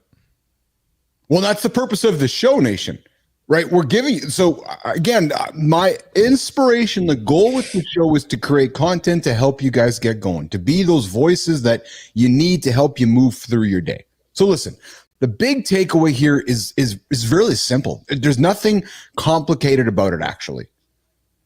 Don't let your brain trick you into thinking you have all the answers. Whether you're 25, 30, 35, 40, you don't. Right? Stay curious, ask questions, accept the fact that you're wrong. Don't be afraid to want to be wrong, frankly, because if you're wrong, you're going to learn. And it's just a different way of looking at it, right? Be open to learning something more. You're more than likely to get things done right now when you accept that more than you don't. So get all the facts and make those decisions. Drop us a comment. I'm sorry, Keith. I just had it. So in the weightlifting world, right? In strength, whatever it is, there's not that many people who have done it for 40 years plus. Yes. And I know for me, when I do get next to one of those people who have done it longer than I have, even if it's just a year or just a few years, I am so interested to ask them questions about their journey, because if somebody has done something longer than me, I want to know what they know. And it's not about me trying to be right. It's about me trying to acquire information so I can be better, so I have a better understanding. And so, I mean, and it's so fun when you find someone like an elderly person that has done what you want to do. That person has a wealth, and I mean a wealth of information. Having an hour conversation with that person might save you years of trial and error. Well, this is why, Jon, I try not to make this about ages here, but if I just something I really can implore my friends like the Martys and the Kristinas and my son and the generation that's just underneath me, embrace that concept that Jon just said, man. Like, go and be humble. Be humble and know and actually accept that you don't know everything. Just go and learn. It's hard, man. It's hard when because I've been there. I've been the know-it-all. Fuck yeah, I've been the know-it-all. Right? But when the moment the younger we are, when we're 18 is when we know the most. Exactly. Right. So, as you're listening right now, and that's why I talk on the show. I've been watching Marty's journey come to life. Right. So, maybe Marty's taking a little, percentage of things we're saying every single day, but it's wonderful to see people move forward and adapt things through humility and curiosity. So, guys, let's, we can obviously talk about this all day and all every hour, but the purpose of this show, guys, is to get you guys going, to get you moving out of your bed and to hit those big audacious goals. And the first moment to do that is right now. Get going. But hey, Jimmy, let's get Jon and Marty into the gym, and we're going to talk today about doing your own programming. Now, I know you guys typically are rolling over going, I need some help. You're going to reach out to Marty for a program. You're going to reach out to Jon for a program. But sometimes that first step is saying, I'm going to do it myself. Right. And then we go a little too complicated or a little too difficult, or I want to get to the next level. So sometimes it's doing it yourself. And then the next level is hiring a guy like Jon or Marty or hiring somebody from the lab. But today, Jon and Marty are going to sit down with you guys and just talk about how to put your own programming together yourself. And you're either going to do one of two things. You're going to go, this is pretty good. I can do myself. Or you're going to say, I'm going to call these guys. Jon, Marty, let's get you guys rolling with In the Gym. And then we're going to come back with Community Corner. All right, let's do it. All right, my Jon. brother. You started off, man. Yeah, I was going to say, I think the first thing that someone has to ask themselves is what are we trying to achieve? What's the goal? Because if you don't know where you want to end up, it's really difficult to get there. You're just kind of wandering, and this is the last thing you want to do is invest time and energy and not have a destination. It's I think of it like a ship that leaves a port and he doesn't know where his destination. He's just out there wandering around in the ocean, never getting anywhere. So first thing is know what's the goal? Where are you going? And then once you have that, you kind of backtrack. You can kind of reverse engineer the whole situation. So what in terms of once you establish the goal, then, okay, you want to build some muscle, you want to drop some body fat. The next step is going to be to get into the diet. You agree, Marty? Well, I know you got something to say there. Absolutely. Got to get into the diet. And I think the two most slept on things when it comes to that is the water intake and the protein intake. And I think part of that is because people just assume all you need is fruits and vegetables, which you do need. We absolutely need those. That should be in your diet. People assume that. And then, you got not to single anybody out, sorry, you got the Beyond Burgers, you got all these vegan restaurants. So people assume that protein intake is bad, right? And a lot of times you look at like studies about cancer, heart disease, and they blame, this is not all the studies, but they blame meat intake opposed to blaming the greasy foods, opposed to blaming the alcohol, the being sedentary. So, a lot of people, they neglect that water intake and protein intake and just think it's fruits and vegetables. Anything you want to add about the diet? Yeah, I would say just to kind of give, because obviously we're starting off with a diet, which is pretty complex. Let's simplify. So make sure you're eating whole foods. Make sure you're eating well-balanced foods. And if you're a 3-meal person, eat 3 meals and at least 2 healthy snacks. And healthy snacks is going to be some sort of a whole food. And if you drink a big glass of water every time you eat, that's going to help balance out your nutrition and your hydration. And that, I'd say we could go so deep in this topic. Yeah, we can go all over the place. In 10 minutes, we're trying to give some takeaways here. So I think with the diet, that's a pretty good place to start. Now, once you have that in place, don't reverse this. Get this going before you start busting your ass in the gym, because you go bust your ass in the gym, you're eating Big Macs, you're just wasting your time. Nope. So get the even if you got it in play for a day, don't start with the gym first. Start with the nutrition first, because now you've given your body what it needs to respond to the work you're going to put in when you go into the gym. Yep. So that being said, now we get to the gym. Now here's the interesting part about this, everyone. Training and nutrition, let's call that's a bit, well, it's actually sleep too, but let's just, out of training and nutrition, let's just help you understand that the nutrition is 75% of your equation to success. Man, so absolutely. Don't think you're going to go in the gym eating the Big Macs and you're going to get what you want. So remember, you have to focus on that 75% and make sure that 75% doesn't have to be perfect. You got to have enough effort into that 75%. I make the analogy with my clients all the time. Look, you got a job where you make, $750 an hour, and you got another one where you make $250 an hour. Where are you going to spend your time? Yep. You got to be a dummy and you're going to spend all your time at $250 an hour? Hell no. You're going to maximize that $750 before you show up at that job where you're making the measly $250. So don't make that same mistake with training and nutrition. Now you got your 25% in the gym. Okay. Now the first step is to get there. Make sure you're showing up. Make sure you're putting in some work. Now, obviously, if you want to build some muscle, which most people do, but I think fat loss has got to be at the top of the equation. What most people are looking for. Yeah. So, I mean, it's not the same as weight loss either, right? And I think you should focus on the fat loss before you focus on the weight loss, because you can still lose fat and the scale ain't moving, right? Yes. A lot of people don't understand that. People fire trainers for the scale not moving after 1 month. But everyone's saying you look better in your clothes, you look smaller, right? And that's what building muscle does. And then along with showing up, I think start with the basic movements, right? Yes. So let's start with the lower body, the hinge movements. Let's start with squats, lunges, deadlifts. Boom. Foundation for lower. Upper, you got overhead press, you got chest press, whether that's flat or incline. And then I think you need to be able to work on doing a pull-up. So whether that's assisted pull-ups, and I forgot push-ups too for push, but assisted pull-ups, and then any type of row, whether that's a seated row or a bent over row. I think that's the foundation right there. Push, pull, and legs.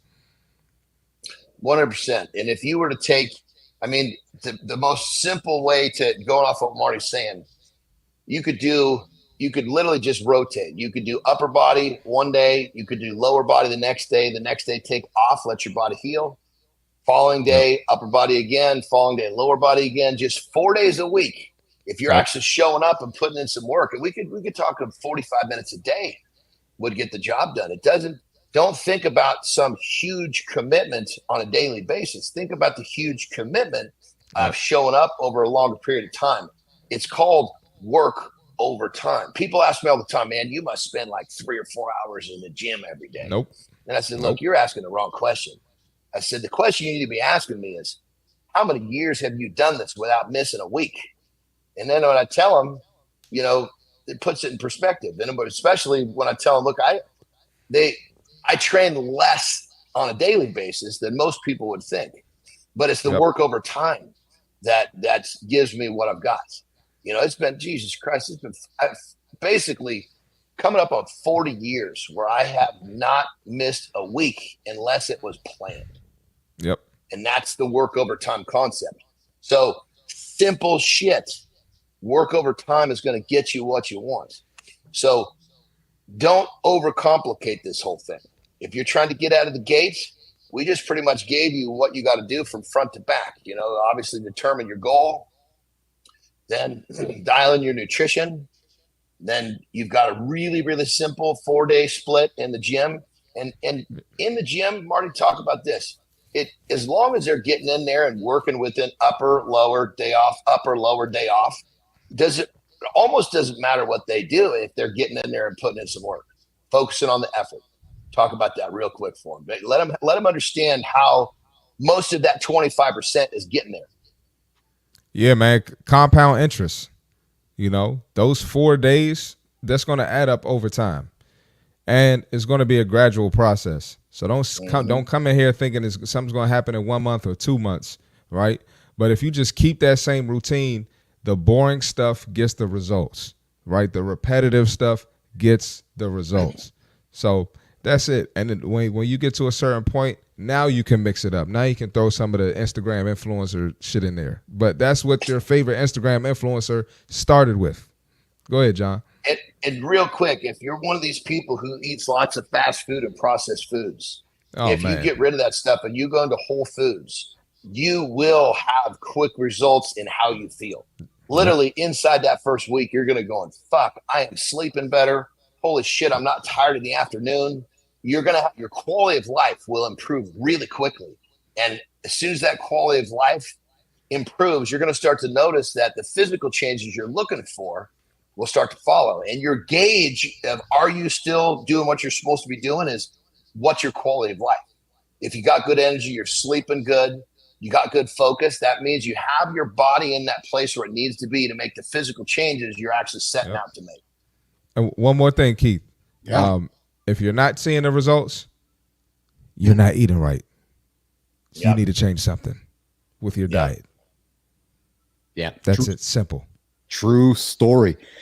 Johnny, Marty in the gym. Everybody always wants to overcomplicate everything. I need this big plan. I got my big business plan to create my business. No, just go to the gym. Just start. Just go for a walk. Go get under the bench press. Go pick up a weight and put it down. And then go do it again the next day. And then go do it again the next day. And then once you've done that many, many times, then think about starting a business. But I cannot be more emphatic about this. Before you're going to do anything in Life Nation, just go to the fucking gym first. And I don't care if that gym's in your bedroom, if it's down the road, if it's outside going for a walk. But just these habits of taking care of your own human first is going to unlock redemption. It's going to teach you resilience. I want to just lean into quickly resilience, something John and Marty. I heard something from Lauren's good friend yesterday who has a project called the Resilience Project, and she said something which really struck with me. She said, I don't want to bounce back. Hear me clearly. I don't want to bounce back because I'm bouncing back to what I'm trying to get from. She goes, I want to bounce forward. And I love that.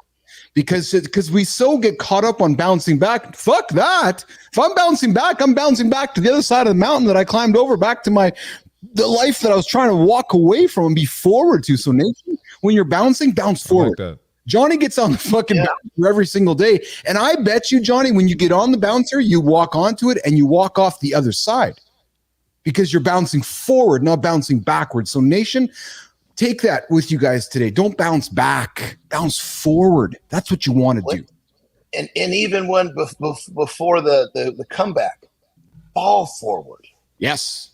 You literally, as you take a nosedive, every inch counts. When you land on your face, make sure you're going forward when you land on your face. Yes. And then when you get up, you're bouncing forward. Everything's forward. That's it. All right, great show here. Let's bring Flynn up on stage. We're going to work towards wrapping it up. I know Johnny's got to rock and roll. Marty's going to rock and roll. But before we say goodbye to John and Marty and get into Community Corner and celebrate somebody, in the creator spotlight, and then Kristina and I are going to get into the business and branding segment. Let's wrap up the show with John and Marty. Guys, what an awesome show today, if I can just offer that myself. A lot of energy, a lot of fun, a lot of great conversation. Andersen, highlight for you, pal. Oh, man. These things are getting sweet. It's almost like hard to pick out one part. But I think the thing that I loved about today was I think we spent a lot of time uncovering how necessary failure is to get what you want. Yes.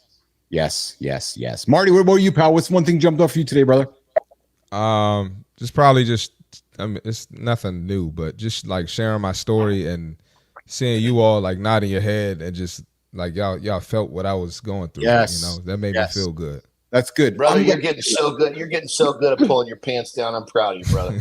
I know. Hey, man. I love it. I get motivated. I'm a puller downer now. I get motivated by the loser story. I love that story because I never hear that word in the same breath again because I always think of Marty, but not in a negative way because that inspires me when I hear that story. Because I was getting to know Marty, Tina, Johnny. I'm like, fuck, I can hear Marty going, fuck that. I'm not a loser, and going to work. Right? Tina, what did you take out of today's show? That's what it is. John said, the difference between a loser and a winner is the person that gets up one more time than the loser. So that's what it's all about. And it seems so simple and like, quite frankly, like a little bit trite in the moment. You're like, fuck off. I'm like in it, but it really is true. You just have to get back up, and whatever getting back up looks like to you, and you need to figure out a way to move forward. There's somebody listening right now, Kristina, that are rolling their eyes thinking, you guys have blown a bunch of smoke up our ass. Yeah, you're right. Yep. Because I was that guy. But trust me, in a few years from now, you tune us in again, a year from now, or 2 years from now, or 3 years from now, you're going, fuck, man. Marty says something to me, or Andersen says something to me, or Bilous says something to me that's not so trite right now. So we're offering this show through our experiences. There's no rocket science here, man. And if something I can say, or Jon can say, or Marty or Kristina can say to help you take a step forward, whether you think I'm an idiot or not, that's up to you. But I'm just sharing my experiences, making recommendations, making suggestions. You guys make the decisions. Jon, Marty, have an awesome day, guys. Great show today. See y'all tomorrow. Rock and roll, baby. All right. See you guys tomorrow, 8:00 Eastern time. Yes, all right, sir. Jimmy.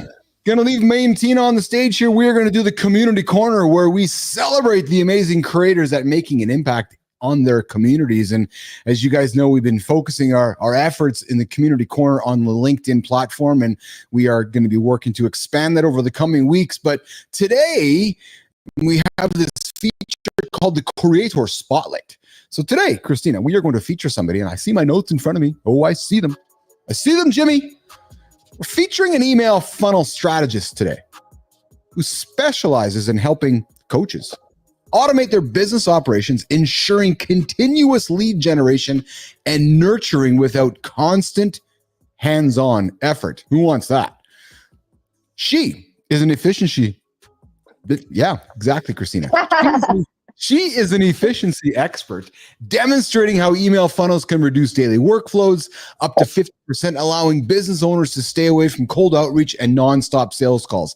And she's all about practical solutions for entrepreneurs, offering done-for-you DFY email services, transforming repetitive sales tasks into automated, effective systems.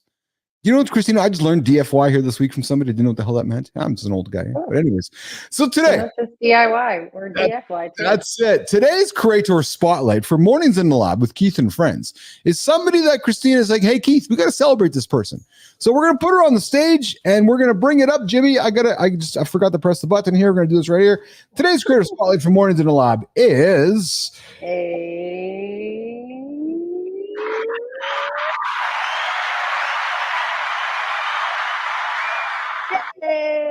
Haley Lytle or Haley Little. Hallie. Hallie Lytle. Hallie. I think it's Hallie. Could be Hallie Lytle, helping coaches scale their business with email funnels that run on autopilot. And hey, would you not like to have your email funnel run on autopilot? I sure as hell would. And clearly, Hallie can help you do that. Kristina, why are we celebrating Hallie today for the Creator Spotlight? Well, she exemplifies the reality. We know this. Building a brand on LinkedIn and a business on LinkedIn is a grind. It's not easy, and we'll never try to tell you otherwise. I have been fortunate to watch Hallie on her journey to grind it out, quite frankly. And you know those people where every day you show up and they're there with you, and you're like, fuck, I've just got so much respect for this person. And that's what I've got for her and what she's doing. She's taking her very unique skill in what she's done before she got into this world on LinkedIn. And she's saying, I know a lot of things that can help a lot of people who are building a brand or a business, particularly related to email funnels and sequencing, so that they don't have to worry about it.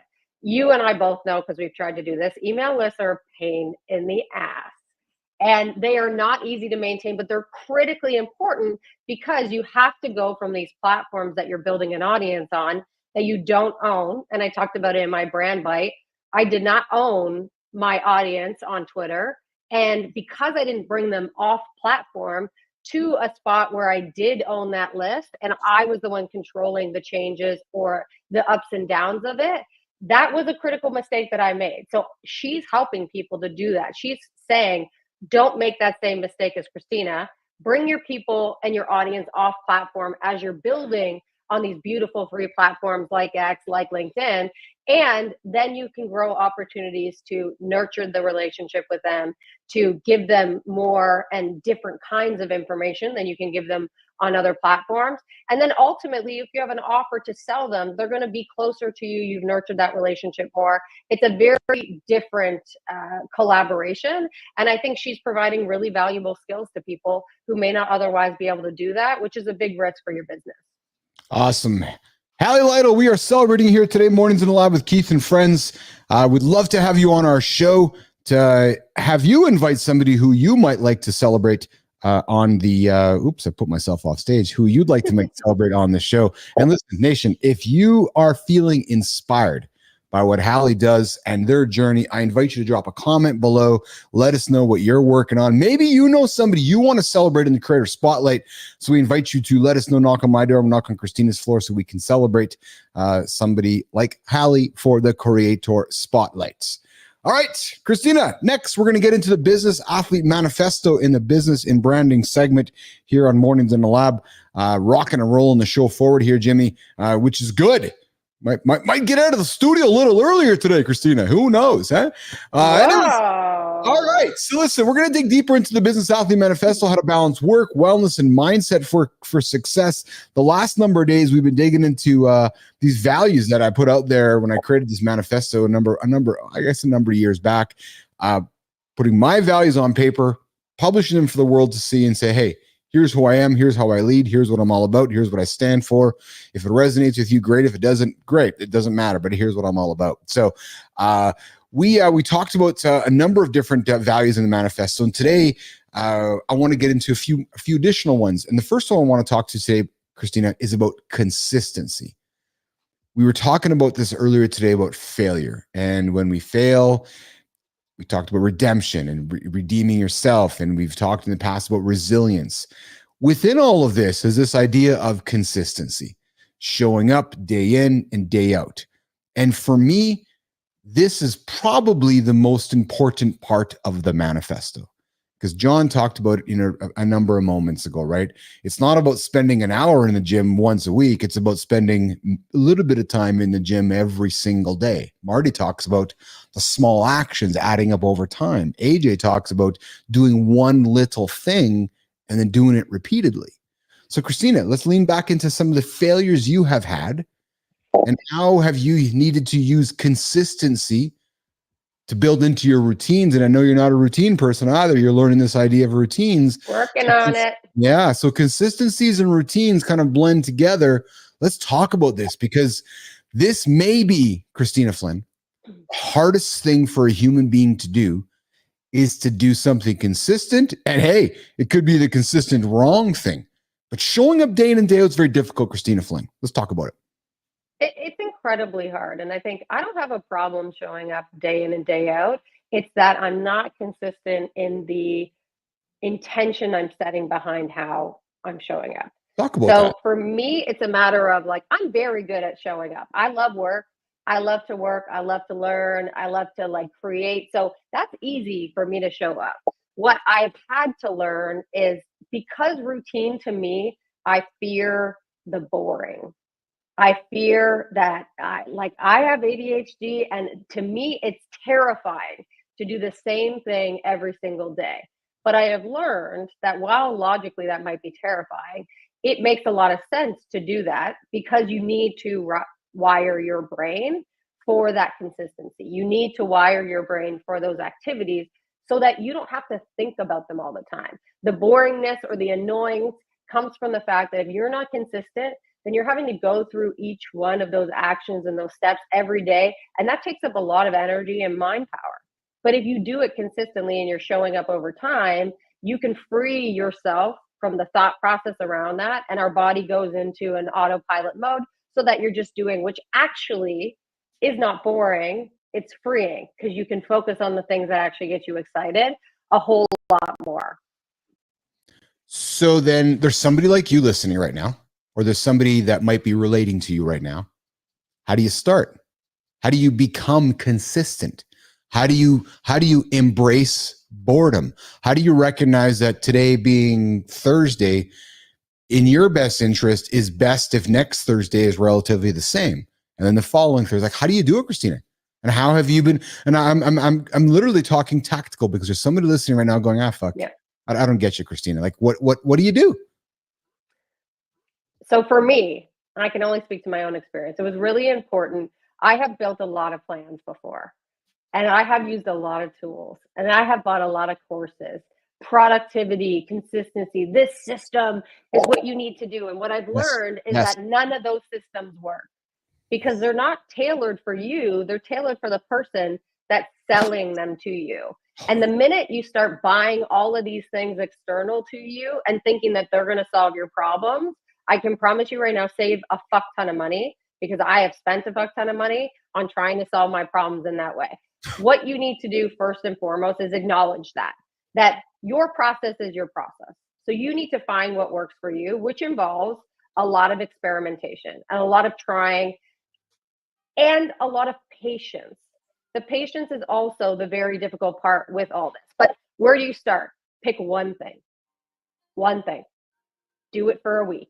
And I'm talking, drink this one bottle of water every single fucking day. If all you get is a glass, then I'm going to up that and I'm going to drink 2 glasses. Or I'm going to pick something that you know that you can actually achieve. Don't pick something that's so far out there. Pick something that you know you can actually achieve. And then for me, what's critical, I need to see the forward progression, because I can't, once it's gone from my vision, my sight, I'm not actually processing it. So I need to actually track those things.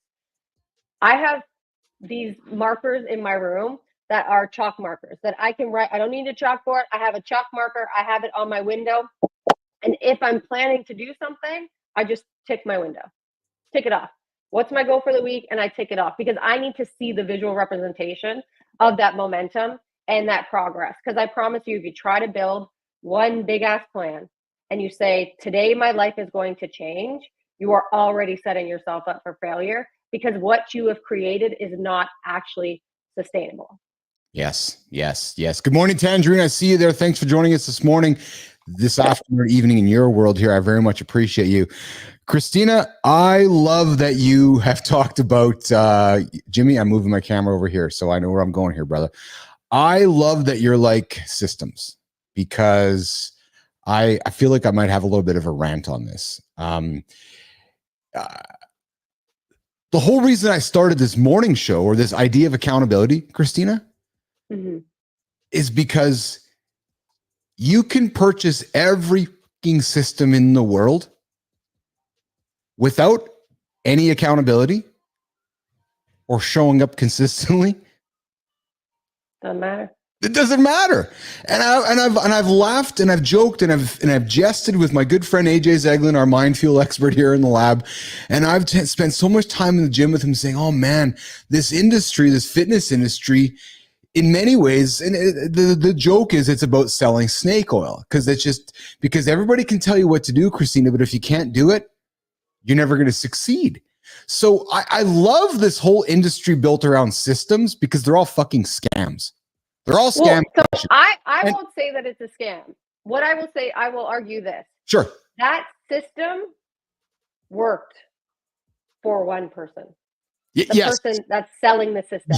And why some people get so excited about their system is that they forget that they had bought all these systems and they didn't work. And finally, what worked for them was figuring out how to take pieces from each and build something for them. So they're excited. They're like, fuck, I figured it out. You can do this too. Let me tell you, I'm going to give you exactly what I did, step by step. You can have every fucking action I took. You can buy it too. And then people buy it and they're like, this fucking doesn't work for me, because it's not going to work for you. You need to build your own system. And that's what this show is. That's what this platform is. It's a free accountability platform that shows up every single day, Monday to Friday, nation, to help you be accountable. So if you get up and tune into the show at 8 o'clock and hear something we say, maybe that will make you consistent to tomorrow. So you don't go buy a bunch of systems, because Kristina's right. The system you're looking at buying right now worked for that person over there. And I love Jon Andersen, but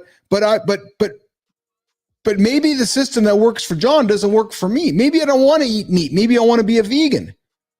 Yeah. Right? Maybe one of the things that Jon does talk about will work for you. Exactly. Right. So nation, you know, the key in all this, and I hate to beat on it, but it's not complicated. Consistency is the hardest thing, but when you can do it, you will win. Nation, I am not the smartest fucking tack in the drawer. My success as a business person has been finding. He's really not. He's really not. He's not. He's a weird little fucker. My success has been finding smart, intelligent human beings and helping them work alongside me and being consistent. And if we just show up every single day, we can win anything, right? Let me tell you where this plays off. And I'm sorry to interrupt you. Yeah. Last night, my second night out in a row. Like, what? I'm 41 years old. I went out. I had family in town from Ireland. I went out on Tuesday night. Last night, my wife had bought me tickets to go see a comedian, Tig Notaro, that I absolutely love. And her and I went out. Went out 2 nights in a row. I was like, well, who the fuck am I? I can't tell you how hard the voice in my head worked to come up with an excuse to not show up today. And I think the difference between, like, we all have that voice, the difference between those who are consistent and those who are not, I was able to recognize that voice, not as my own, just as my fucking body and my brain being like, too hard, don't do that. You're tired. Don't do that. You just figure something out, make up an excuse. And to be able to actually quiet that voice is what allowed me to show up today and will allow me to show up when I've been fucking up all night with my kid. There's the accountability around the people here, which is each other and our co-hosts. There's the accountability around we're trying to bring some value to an audience. And hopefully that my perspective is value. And maybe you won't get it if I'm not here. But ultimately, it's not necessarily about what I'm doing externally. It's about proving to myself that I can quiet that fucking voice in my head, who we know I call Regina George because she's a bitch, and quiet her down and say, chill. I know I'm tired, but we got shit to do. We got work to do. Fuck off for today. Yes. And Jon talks about chasing feelings, right?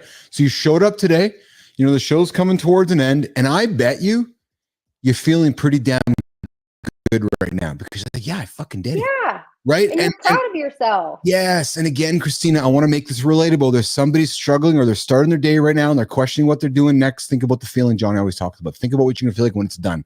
So Kristina, before she got on the show today, she was wrestling with her mind going, am I going to be consistent or am I not? Okay. She showed up. She was consistent. And now she's like, yes, I'm reaping the rewards of that. Right. So, and it's a little reward, right? And I think that's why self-reflection and taking a moment to stop and acknowledge these feelings and have these feelings internally. I'll be honest, even just talking about it right now, I feel more proud of myself because we're having the conversation about it. And I'm like, yeah, you know what? There's a lot of instances in my life where I would have found an excuse. Yes. And I would have figured out a reason and Regina would have won and she would be like, let's go, bitch, we're going shopping. Like she would have won. Get in the car, we're going shopping. So, but she did it today and that's a win, but it's important to acknowledge this moment that I'm having where I'm saying this is a point of progression. This is a point of momentum. That's a W. It's not insignificant. It's actually really significant for us to acknowledge those wins. I love that. We're talking consistency. We're talking the Business Athlete Manifesto. And I'm going to throw one more on the table here for us to communicate about before we wrap up. While you do that, I'm going to talk about consistently and how I'm consistently fucking up with a stupid window about putting something over it. So give me a second. I'm going to be right back. I'm not doing this again. The sun's shining in Kristina's eyes here on Mornings in the Lab with Keith and Friends. Hey, listen, if you are just new to this show, I will invite you to hit the subscribe button, like the channel, share it with your friends. We've created this show as an antidote to get you guys moving every single day, as a way to get your day started, as a way to give you information, give you advice, give you inspiration to move forward, right? As we've learned from Blair yesterday on a TEDx talk I heard, it's not about bouncing back, it's about bouncing forward. Tina, let's lean into this one here. Now, this one is maybe a fluffy word for many. And maybe it was for me until I really learned what it meant and I really learned to accept it and really learned how to use it. And more importantly, learned about it because I was not good at this. I didn't know anything about it. I didn't even know what the hell it meant. I had to spend money in psychology sessions and going through some journeys in life to learn all about this. And it's called empathy, the glue that holds everything together. So whether it's in business or personal life, being empathetic helps you understand people and build stronger connections. Kristina, I'm going to offer this up there because, again, my goal here is to make this show as relatable as possible with everybody. If you're listening right now and you're thinking, yeah, fuck you, that didn't have any empathy either, trust me, I've been there. I had to learn how to develop empathy. But if I can just say this, the moment you learn about it, the moment you learn how to embrace it, the moment you learn how to be empathetic, and some of you that are empathetic are going, really? This guy's actually talking about it, learning how to be empathetic. Yeah, if AJ is on the show, AJ is saying, yeah, fucking Keith, I had to learn. It takes skill. It takes a practice. But the moment you do, man, magic. Magic with your colleagues, magic with your family, magic with your loved ones. The moment you can put yourself into feeling like somebody else, it's just magic. And so expand on that, Keith, because you're arguing it's a skill, right? So what are the steps that you took, trying as simple as possible to develop that skill? Because let's make it practical for people. And I know we don't have time to go in, obviously, all the therapizing you've done, myself as well. But what are the things that helped you to develop that skill? So I'm going to really simple. I'll take a page from Jon Andersen, Kristina. I just really didn't understand this whole idea of put myself into somebody's shoes and try to feel like how they're feeling. And I know to somebody listening going, really, you couldn't do that? No, I couldn't actually. There was times in my 30s and even in my 40s where you'd be sitting across from me. You might not be feeling good about yourself or feeling about something you in the moment. And I'd be looking at you like this. Okay, let's fucking go. Yeah. Okay. And like, I just didn't have that skill of empathy, Kristina. I could not wholeheartedly feel what you were feeling or even want to be curious to know what you were feeling.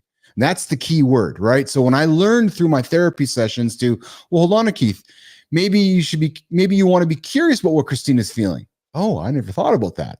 Yeah. And then I was taught to, think about the moment she might be feeling something and then put yourself in those shoes. Again, very basic, Kristina, but I had to do that to learn that, man. Like I didn't know. I didn't know anything about that. It's awareness first. And I would argue, I don't know the science behind it, but I think a large percentage of people are empathetic. I think that a large percentage of people have been socialized to put their feelings away. And why, if you yourself don't have permission to feel, then why are you ever going to be thinking about how anyone else feels? Expand on that. Well, I was never really taught about my feelings. I was not raised in an environment where feelings like the emotional intelligence and those concepts were not part of my raising. So I had to learn all that, right? But once I learned those ideas, I just believe I became a better leader because I was able to empathize with you as a human. I was able to put myself in your shoes as a human. I was able to, and I'm speaking like I've done it and I've learned everything. No, it's never done. No, what I'm speaking about is as I learn anytime I go into a situation, I'm really trying to connect with you with empathy. That's really the first thing I'm doing actually. In any situation, I go into it, somebody is being curious, be empathetic, and just be open, right? And that to me, again, I use the word magical and it sounds all fluffy, but it leans also back to communication. Going into a situation, being curious, using words to communicate, and having an open mind to accept what that person's going through. Because you never know what somebody's going through on the other side of that conversation. Yeah, and I think it's without judgment, right? Like full of grace. Without judgment and full of grace. I think to me, that's the added point, Kristina, because you cannot have judgment, but you can still say, oh yeah, no judgment, no judgment. But I think you got to follow through with also offering full grace. And what I mean by that is that, okay, Kristina, no judgment here. Tell me how you really feel so we can help you through the situation. Because I want to give you the grace to speak about it. Mm-hmm. Do you follow what I mean? Yeah. And I'll be honest, I don't have to work at empathy. I have to work at not being so empathetic. Oh. I am incredibly empathetic to my own detriment in a lot of ways. So one of my big challenges in life has been always thinking about other people, but never thinking about how if I'm always giving to people, I don't have anything left for me or my family. And why do I want to always give to people? For me, I thought that's a great thing. You want to give to people. You want to be external. You want to be like, that is how the society and the world moves forward. But not realizing that actually that empathy was feeding something much larger for me, which was a need for validation and a need for atta-girls and a need for, oh, you're so great. You're so wonderful. I was actually being incredibly empathetic, which is natural to me, but giving people what they wanted and how they wanted it, because I wanted them to like me and I wanted them to appreciate me. So it was to me, it's very much the opposite. Interesting. That's interesting. I never thought about it from that perspective, but you were looking, as a way of acceptance. Yeah. And it just comes naturally to me. Like, I feel incredibly deeply about everything. And that is not, it's an amazing skill that I have. It's not always serving me in the best way, because when it comes to business, sometimes I don't like the saying it's not personal, it's business, because I think people use that as an excuse to be dickheads. Yeah. But what I will say is that I've learned is that there is sometimes business happenings that can't consider the personal, or somebody is going to operate in business the way that needs to serve them best. Yes. Because they need to move forward in whatever direction it is, and they have different things to consider than you. But I feel so deeply about everything. I've had to realize that a lot of times my decisions in my work environments and on my journey have been not serviced by that deep feeling. I've been so incredibly disappointed in people when maybe they didn't deserve to have me be so disappointed in them. Maybe they didn't do something all that awful. And I would make these big, brash decisions based on that. Like, I can't watch a horror movie trailer because I can't deal with the feelings that I have. If somebody in front of me is like hurt, I need to go away and throw up, and then I can come back. Like, I just feel so deeply. Yeah, it's interesting because I got my lovely bride here in the comments here. She says, "This, are we the same person?" Because I can relate to the things that you're saying as I'm listening to you talk. And Lauren's like, "Kristina, this segment and your voice will absolutely be my mind when I do my next race." Great perspective. And Arm jumps in and says, "Just joined, and I agree. I was gonna have another fuck off day, but gonna try and get up and do something." Yes, Arm. That's just do exactly one thing. what I do. Yes. One thing. Productive day now. I don't know what all that's something you will. Yes, Arm, you need to do something because that's what you want to rock and roll with. And Arm says, "Yep, I'm with Kristina. I can make myself sick because I'm worried about what other people's issues, problems, and feelings." Great conversation, Nation. Business and branding with Keith and friends here. Jimmy, we're going to work towards, it looks like this guy, that camera died here already. The batteries are dead on that camera. So we're going to that's it. It's time to say the show's over. Kristina, another good one here today. Another great conversation. We started off with, a couple hours ago, we kicked off the show with an unpredictable topic about 3 penises, I think, and we moved our conversations into. No one made the triple dicking joke. I thought it was there's like a movie about double dicking, and nobody made a triple dicking joke. Or no one talked about shark penises and how sharks have 2 dicks. I thought it'd go a very different direction. I mean, you and me both. Yeah, it didn't land as good as I thought it was going to land. But hey, so no triple dick jokes in the morning in the morning segment here. We went into no one doing this. No one doing this. Yes. So Jon and Marty, if you're tuning in right now, later on, like, come on, guys, like, what's Uncle Keith's doing the best he can here without Seth hanging and writing jokes for him, and the hard on light, the light on light. Just, I'm telling you, man, jokes left and right here. So we then went into center stage talking about failure. We really leaned into failure today, Nation. If you heard today's show, or if you're listening back onto it later, I'm hopeful that there's something that resonated for you to get yourself going, because that's what we do here on the show is we create content to help you guys move forward, hold yourself accountable, and ideally, Kristina, be consistent, because we know that's the ultimate thing to do to keep you guys successful. Tina, let's get out of here. Jimmy, let's get out of here. Let's go to work. Tina, I'll see you later. See you later. Arm, yes, you missed it? Nah, go get it, Arm. Peace out. We'll see you guys later, Nation. Ciao. Let's get out of here, Jimmy.